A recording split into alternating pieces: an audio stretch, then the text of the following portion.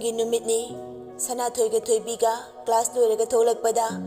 Malem geta lairami Garida haifet phamboi ngaboi tauraga Makong namaduna laimaida leplaga gate lomda yengduna lairami Magi khulaidu ubada Sanathoi khangprei khangi Sanathoi tapna soli soidradana ngasidi Malem phachangchilaktuna Thoibe noi class loiraba Thoibina loire Yambungdi kai chatpirubano Malemna aido thabamda chatkena lakpani aduda abhimse amta waigi tawba Thoibidi icham chamna khumjarai abhimga chatki hairo kaidano pakor amta thagi ngak do waijagi Sanathoina kaidano yambo ai chaklame ko ngamjararoi Malemna kuiroye chaklamido aswaida kainom pijaragi Nang yaudradi ai thabakse fail hore upai leitraba Thoibi Sanathoida onsinduna hairei madi kaisu khangjaponte ngahak chatminaruro kuiroidaba oiradi aduga horen thilalo mamdringaida Malemna kuibudi koiroida fatlake Malemna Sanathoibu namduna puduna lai Thoibi matomta gate mayaduda leptuna lei tanja aduda nupa ani kak changlai aduga Dinesh na Hai Laishabi Thoibi tasinade Mamaidu nakalamada laithoktuna lay Aduga nganthoibu lakpra haina yengi Yengna magi begtagi pi ama lauthoktuna phatyan sili Dinesh na Wow yam phajai ko ado nasak kufajaduga na adudi pamui he Chahidi fana ngang oiriyo male aduga na adudi haloirena hanubi farene ha Asi hairaga noi nupa ani dupuna Handak su Thoibi kemte kumlakte Dinesh amuka sumakha tarai Noi BF la kaino ama he lakpuda ngasi di laktrabo ai thinbiramage laodana Makhoina tauribadu nakana madagi nganthoina ure Adubu sorok lanthokpa yadabana tumina lay Ngaihaki matungda nganthoi garidu japdauna thagzulaklaga Thoibi mamangda khami Aduga Thoibida yengduna nokfe tauraga kumtharai Nganthoi leiramliba misingduda sungeng yenglakte Aduga Thoibida onsinduna hanglai Awemdi kada Yambunglaga thaba ama sasi haidana pokre Oh kyam kuiraba Thoibigi paukum nangdringai Dinesh na Imai na faudi pangdrine aina ngasaidai haibadi taadaba makai tumina leiraga Nupadugi wataduda nganthoi mamittu Dinesh ta paina yengduna second khara lay Nganthoi mamitna Dinesh hoida yengjabagi wani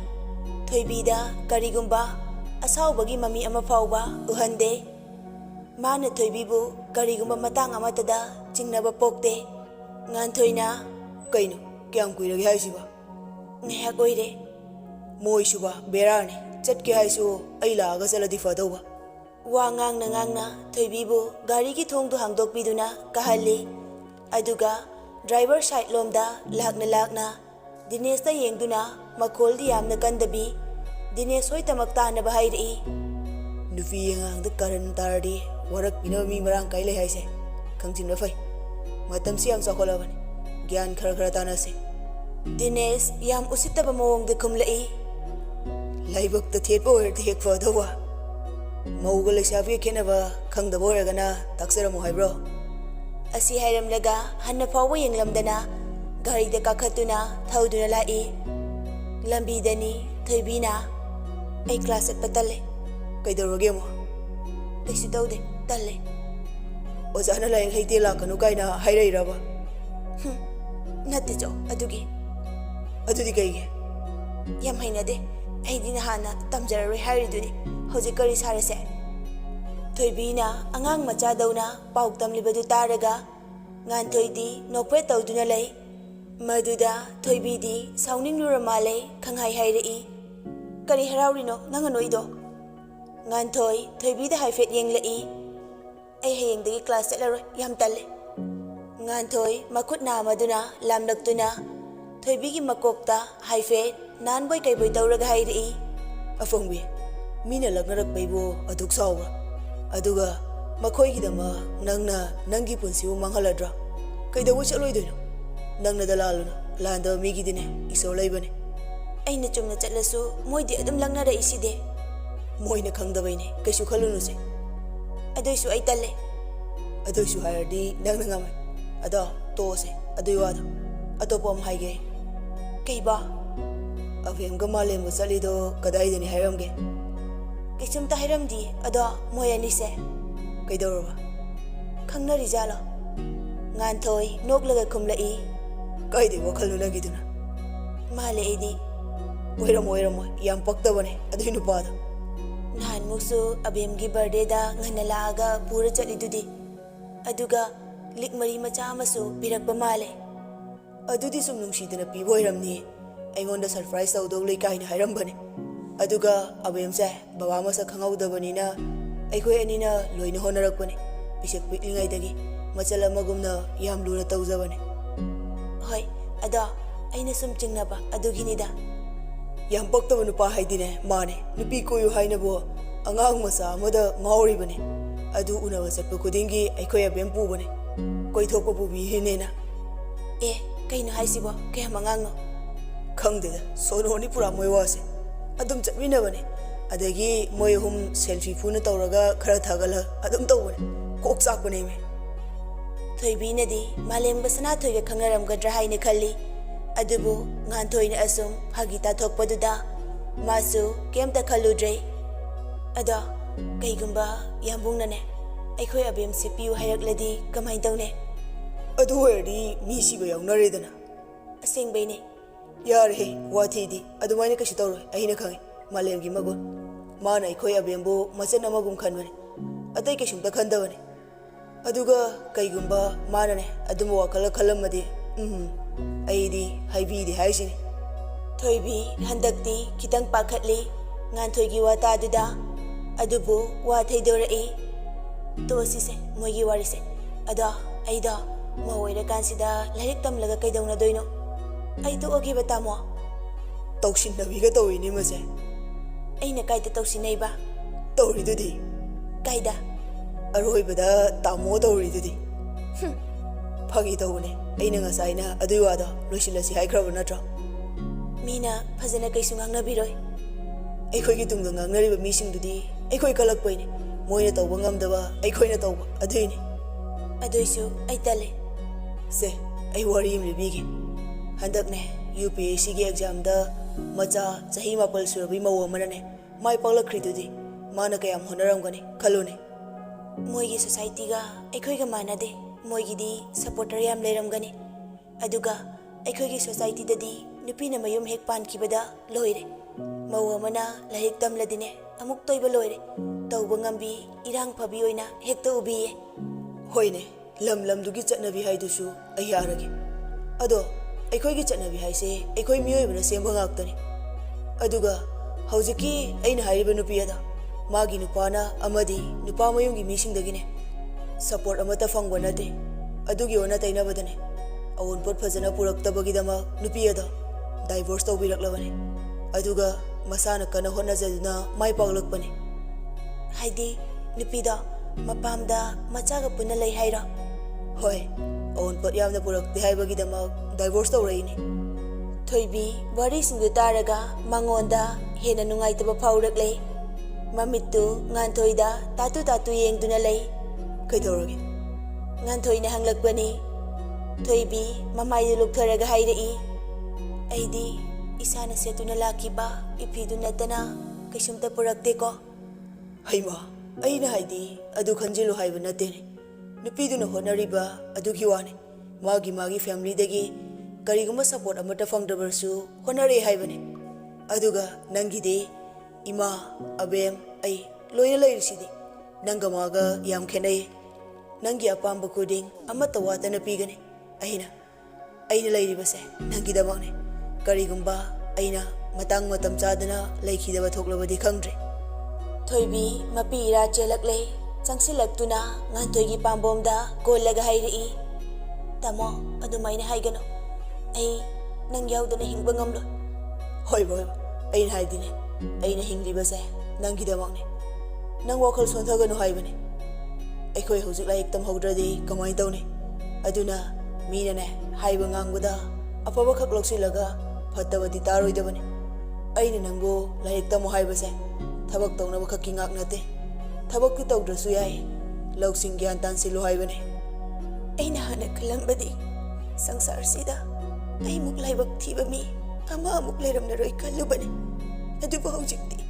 ai laibak thiramtre asi hairaga thoibi kablai ngan thoina kai gapino kapayade aduga manane sangsar sida aingonda gi hena wawa leram ki gadra haina khanbase yade aingonda gi hena wawa misu leram doini ko haina khandok lagane punsi bu singna duna hingadabane arimbada manghan gadabanate pokpadagi magidama kana amatana hairakidraba amadi nangidama ai lei haiduna magi waraklaba matamda thembina balayaktraba thoibi ngasidi pungpen penjare harauba nungaiba apenbagi pi tari nupi oibi singna mama oibi singi maphamda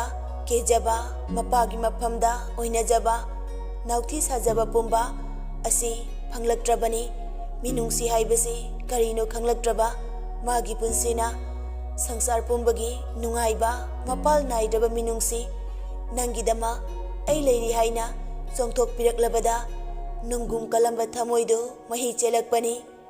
thoibi tasengne kaple mapukning aduki matik nungsikre chimbal wang malana haijabadi ngamjade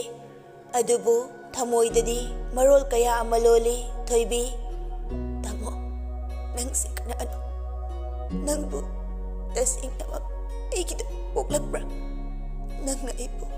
asa nungsibidi basi karigino ai tamo kilamat karam na singo haiben apang bini aidi matam pumbada lamjing biu ko yarise wakhalda hena khanjingana yumsu yaudore ima hoina uraga nungairo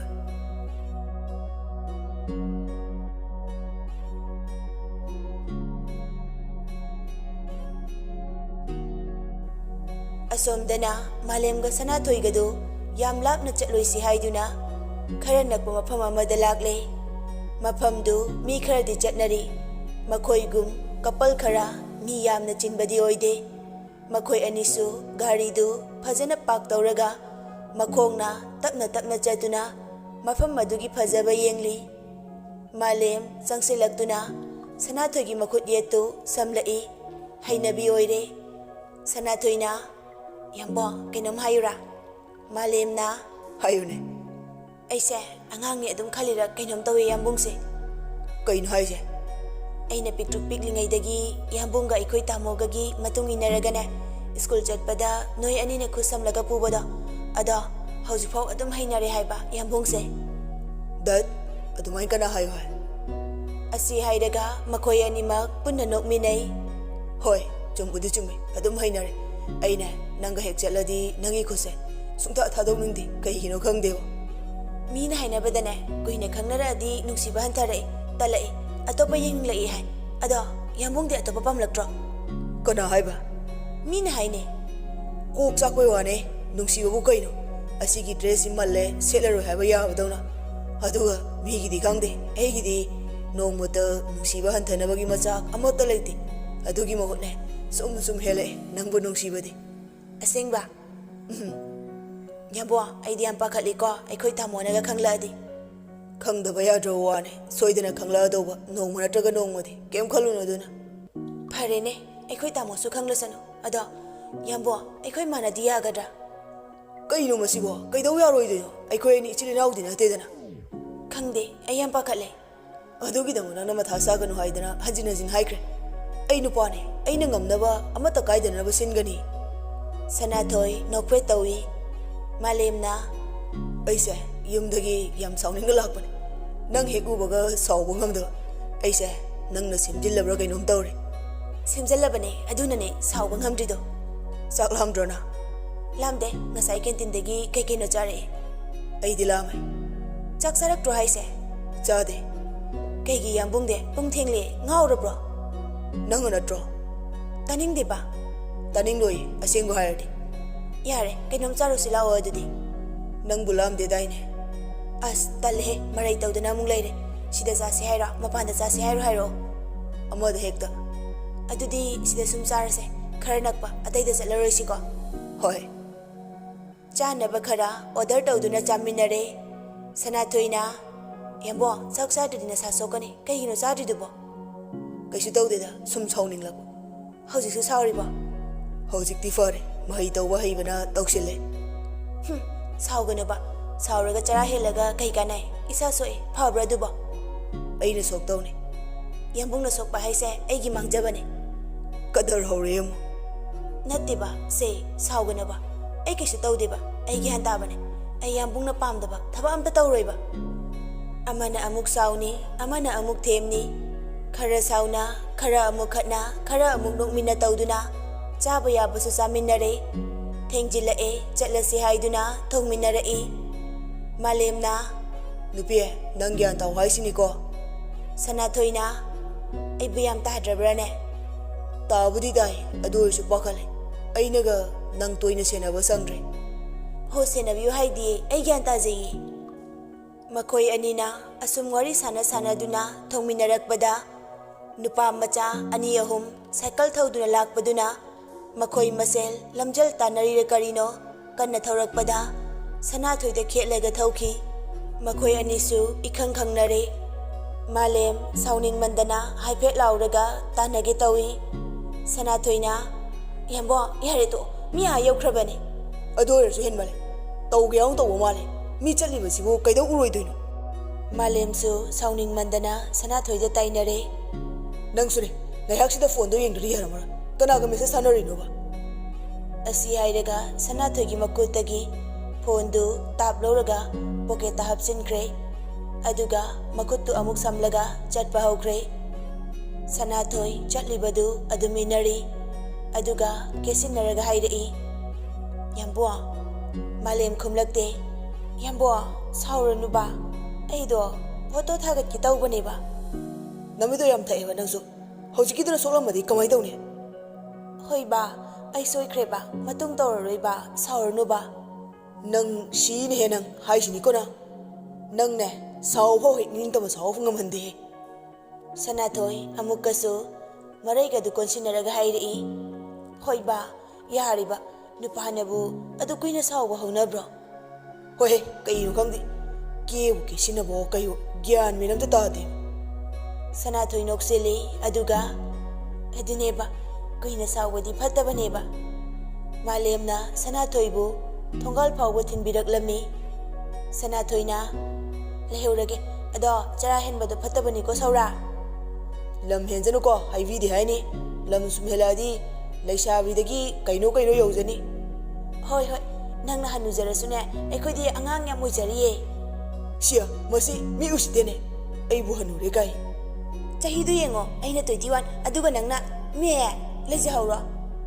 ꯑꯁꯤ ꯍꯥꯏꯔꯝꯂꯒ ꯁꯅꯥꯊꯣꯏ ꯆꯦꯟꯁꯤꯟꯈ꯭ꯔꯦ ꯃꯥꯂꯦꯝꯅ